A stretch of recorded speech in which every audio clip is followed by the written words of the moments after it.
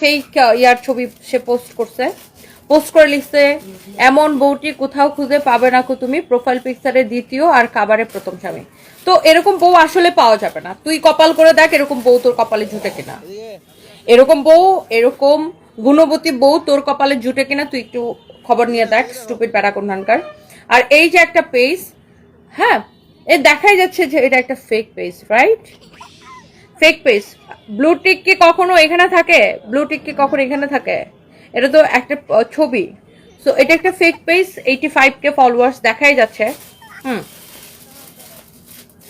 So এমন stupid, মানে মনে হইতেছে কি যে সানবিস ভাই তো নতুন নতুন মার্কেটে আসছে, আর মানে এর মতো স্টুপিডরা আবার এখানে কতগুলো স্টুপিড কমেন্টও করতেছে, মানে এখানে কতগুলা আরো কতগুলো স্টুপিড আছে যারা কমেন্ট করছে, মানে হাউ ফানি, মানে এতটুকু ঘিলু নাই তোমাদের মাথার মধ্যে?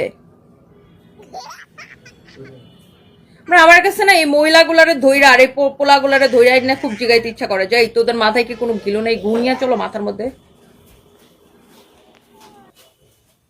স্টুপিড গুলো কোথাকার। এনিওয়েজ, সো এটা আমি দেখতেছি রিসেন্টলি, মানে লাস্ট 2-3 দিন ধরে এটা শুরু হয়েছে, বিভিন্ন পেজের মধ্যে এটা হচ্ছে যে দিতেছে, বিভিন্ন পেজ, বিভিন্ন মানুষজন এটা নিয়ে পোস্ট করতেছে।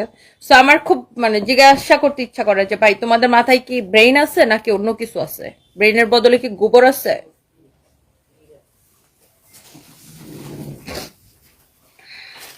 আর কিছু পাবলিক আছে ভাই এমন খ্যাতের খ্যাত, ফেসবুকে যেটা দেখবে ওইটাই বিশ্বাস করে। মানে কিছু মানুষ আছে এমন লেভেলের খ্যাত, হাতে ফেসবুকে যা দেখবে ওইটাই সত্যি, ওইটাই বিশ্বাস করে, ফেসবুকে যেটা দেখবে ওইটাই। ফেসবুকে ধরে এখন দেখা গেল রুবাইত ফাতেমা মরে গেছে, মানে ও আসলে মরে গেছে, মানে ফেসবুকে যেটা দেখবে ওইটাই সত্যি। কিছু পাবলিক আছে এরকম কাতার কাতা।